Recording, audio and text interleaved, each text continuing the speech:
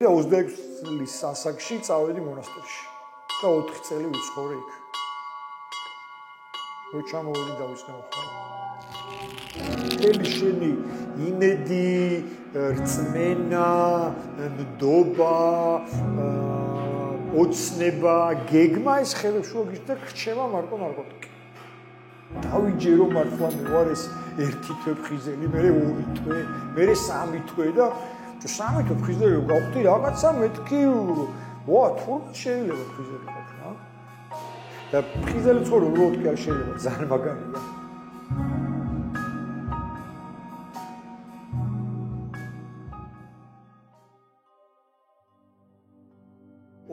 წლის ასაკში უკვე ორჯერ ვიყავი ნარკოლოგიაში ნაცოლი. ანუ უბრალოდ ერთხელ სახში ნავკურნალები და ერთხელ ნარკოლოგიაში ნაცოლი და ყოველ ჯერზე ვიწყებდი კურნალობას იმ გადაწყვეტილებით, რომ ცხოვრებაში აღარ მოვიხმარ. პირველად მე მგონი 1 კვირა გაგზავნა სიფხიზლე არც მახსოვს და მეორეჯერ ბოლომდე ვერც მივიყვანე კურნალობა და სურვილი ვერ დავძლია.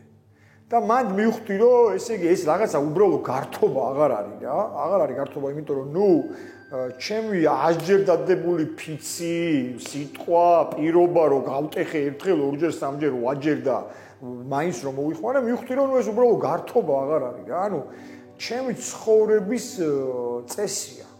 განუყოფელი ნაწილი, მოდი ესე დავარქვათ, რომ ჩემი ცხოვრების განუყოფელი ნაწილია. ანუ ნახეთ, ადრე თუ რაღაცებს ვაკეთებდი და თან მოვიხმარდი, მე უკვე მივხვდი, რომ მოხმარება მჭირდება, რომ ეს რაღაცები გავაკეთო და დაახლოებით 23-24 წლის ასაკში გავიაზრე, რომ აბსოლუტურად ყველაფერს ვაკეთებ იმისთვის, რომ მოვიხმარო. ხო? ანუ აი, ყველაფერი არის იმაზე აწყობილი, რომ ვიშოვო ფული, ვიშოვო ნარკოტიკი, მოვიხმარო, მე ისე ვიშოვო ფული, ისე ვიშოვო ნარკოტიკი, ისე მოვიხმარო. მაგ გააზრების მერე სუბძოლა იყო ჩემში. სუჭიდაობა იყო და წარმოვიდგინეთ როგორი რთულია, როდესაც ყოველთვის წაგებაში ხარ. სულ წაგებაში ხარ, იმიტომ რომ რეალური გზა არ ვიცოდი.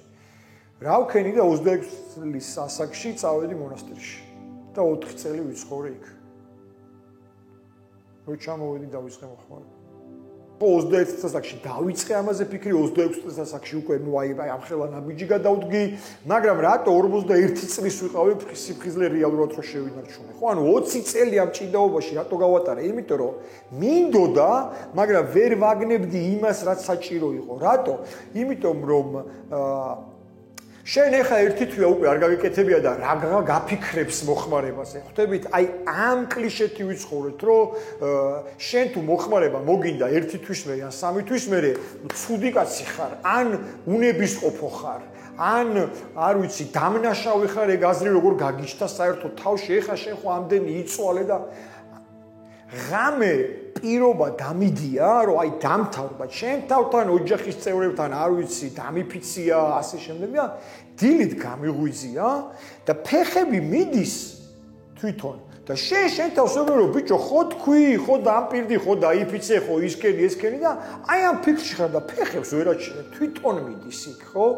და მე რომ მოდიხარ იზახი რომ ლუზერი ტიპი ხარ რა, აი წაგებული ტიპი ხარ, იმიტომ რომ შენ სხეულს ვერ მართავ, შენ თავს ვერ მართავ და მორჩა და სადღაც ყველაზე მძიმე არის, როცა ეგუები მაგას რა. ანუ ერთი ჩვეულებრივი კაი შესახედაობის, კარგი ახალგაზრდა ადამიანი ვიყავი, მაგრამ სულ მეგონა რომ არასდროს არავის არ მოვეწონებოდი. და რო გავსეჯე ნარკოტიკი, უცბად ისე შეგრძნება გამიჩნდა, რომ ყველაზე კაი ტიპი ვარ, ყველას მოვეწონები, ხო? ეგ ეს ილუზია, რატო? მანამდეც მოვწონდი. პირიქით, მე უფრო აღარ მოვწონდი, იმიტომ რომ მეძინა, ხო, ვის უნდა მოვწონებო. მაგრამ აი ეს ყველაფერი, ხო? და გავიგე რატო მეგონა ეგ, იმიტომ რომ დაბალი თვითშეფასება მქონდა, იმიტომ რომ ის რაც მართლა კარგი თვისებები მქონდა, მეგონა რომ ის არ არის კარგი თვისება, ან არ დაფასდება, ხო? ძალიან კეთილი ბავშვი ვიყავი ბავშვობიდან.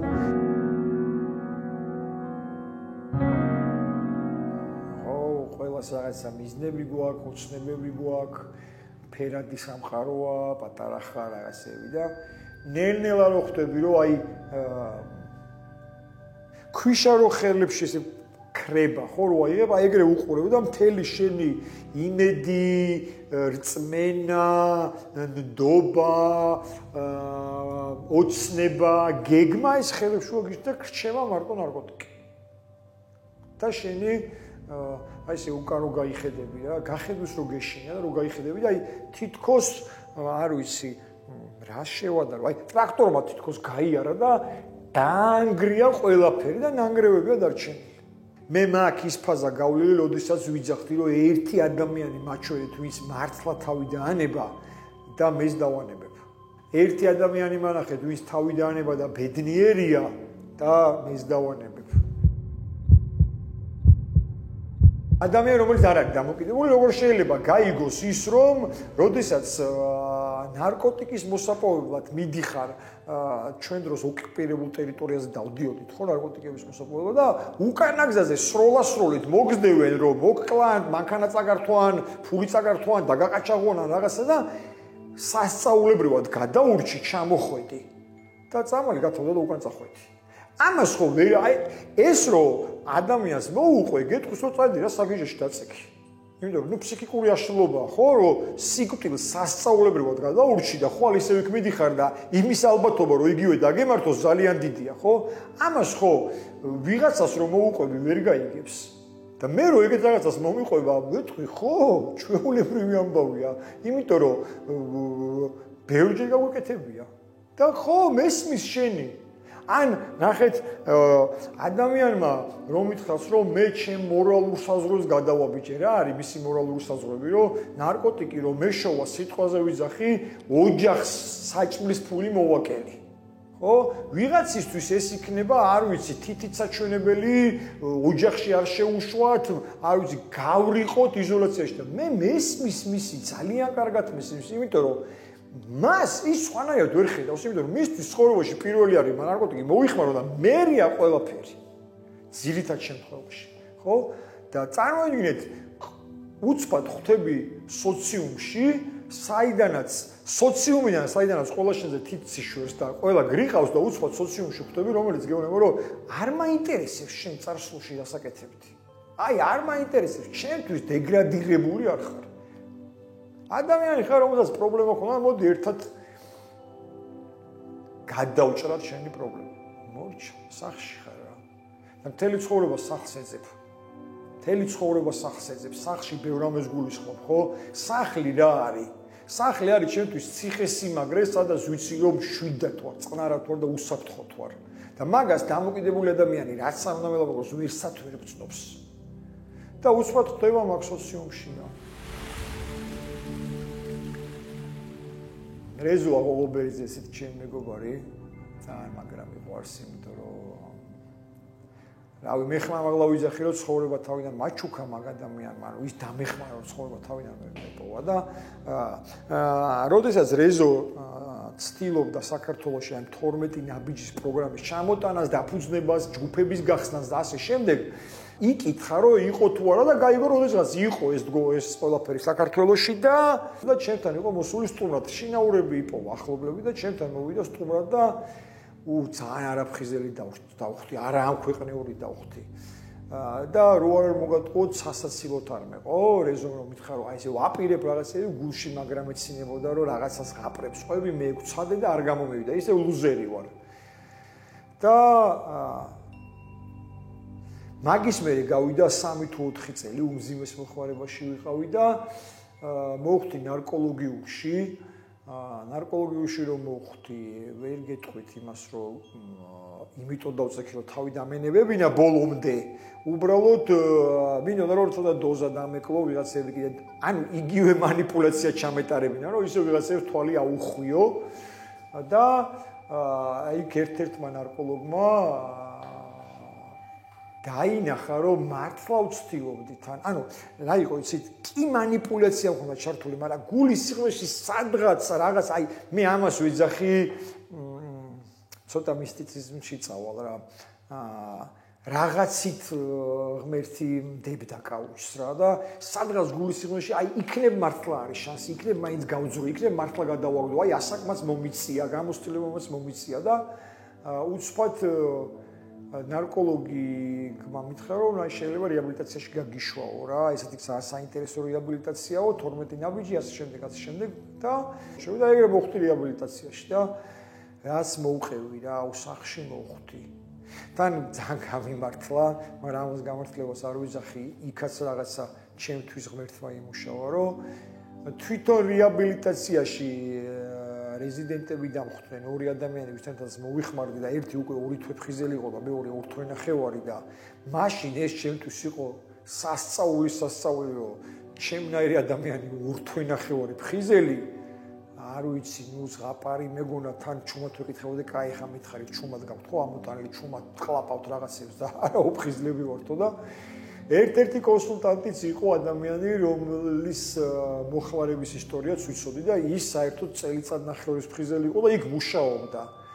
კი ეჭვის თვალით უყურებდი, მეთქი ეს ხა აქ ფხიზელი რომ მიდის რაღაცებს აფუჩებს, არ არსებობს მეთქი და წელიწადნახევარი ნარკომანი ფხიზელი, ნუ აი არ ვიცი, დაუჯერებელი იყო და მე დროთა განმავლობაში რომ მივხვდი, რომ მეც შემეძლო და აღარ ვიყავი ლუზერი, იმიტომ რომ ერთი თვის ფხიზელი რო გავხდი ვერ ვიჯერებდი, რომ მე ვარ ერთი თვე ფხიზელი.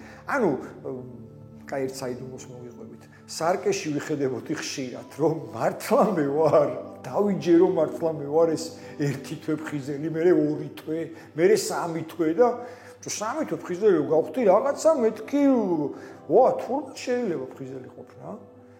და არც ისე საშინელება არ არის სიფხიზლე. და აი ესე ნელ-ნელა წაიღო რა. მერე რა იყო, იცით, პირველი პერიოდი კი მქონდა უფრო მეტად რაღაცა მოთხოვნილებები, მაგრამ ნუ ბევრი რაღაც ვისწავლე რეაბილიტაციაში. მაგრამ ერთი მთავარი რა იყო, იცით, მაგრამ ენანებოდა. მეთქი 90 დღე ფხიზელი ვარ, ეს წყალში როგორ გადავყარო მეთქი და ესე რა, ნელ-ნელა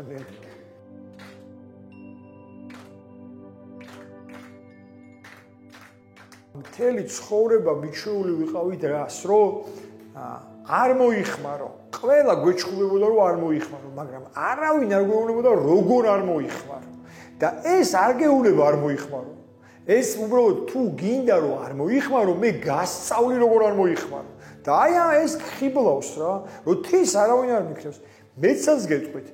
ესე თითისქნევით და გადაჭრეთ არავინ არ მეუბნება რომ აუ არ მოიხმარო და შენ თუ მოიხმარო ცეცხლში დაიწვევიან არ ვიცი მეხ დაგეცემა ან ჩემ მეგობარი არ იქნება არავინ არ მეუბნება მაგას არ გინდა მოხმარება მოდი გასწავლე როგორ არ გინდა მოხმარება აი ეს განსხვავებაა და ამ სითფოს გზნობ რა მეგონა რომ თუ ლომკას გადავაგდებ აბსტინენციურობას ყველაფერულად დამთავრდეს და ვერ ხვდები ბჭო დავანებე ერთხელ დავანებე ორჯერ დავანებე სამჯერ და მაინც პატარა პრობლემა შემექმნა, იქით გავრბი ვარ. პირიქით კარგად ვარ, იქით გავრბი ვარ. ფული გამიშთა, იქით გავრბი ვარ. ფული არ მაქვს, იქით გავრბი ვარ. რატო დავოსვილი, რატო?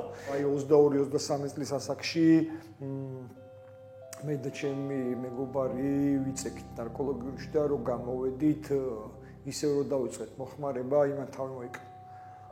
სუიციდი დაამთავრა, იმიტომ რომ მაშინ ანუ სადღაც ჩვენ გულის სიღრმეში აი ამ სოციუმისგან მოწოდებული რომ ნარკომანი ყველაზე ცუდი ადამიანია, ნარკომანი აი სახში შემოსაშვები არ არის, ნარკომანს არ უნდა მეგობრო, არ ვიცი, ყველაზე გარეწარია, ეს რა თქმა უნდა თავის კვალს ტოვებდა, ხო და ვიღაცას იმდენად მიუღებლობა ჰქონდა ამის, რომ იმან გაიგივა თავისთავი მაგ ყველაფერთან რა კლეიმოც და რა კლიშეც იყო და თავი მოიკლა.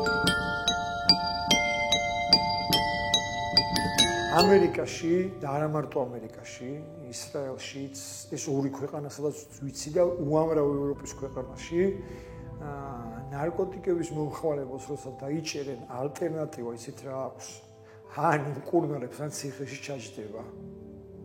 ეს არის ჩემი ოცნება, რომ საქართველოში ეგ მოხდეს რა. ოღონდ ნახეთ, მკურნალობა ის კი არა ფსიქიატრიულში ჩამკეტონ 20 წლით, არა, ნამდვილ სარეაბილიტაციო ცენტრში გამიშვან.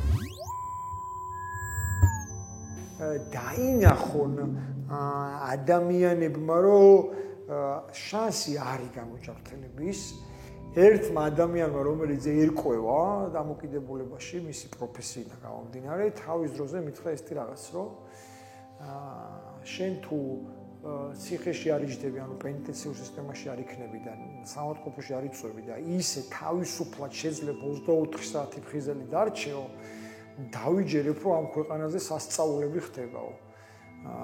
დაიჯერა. დაიჯერა.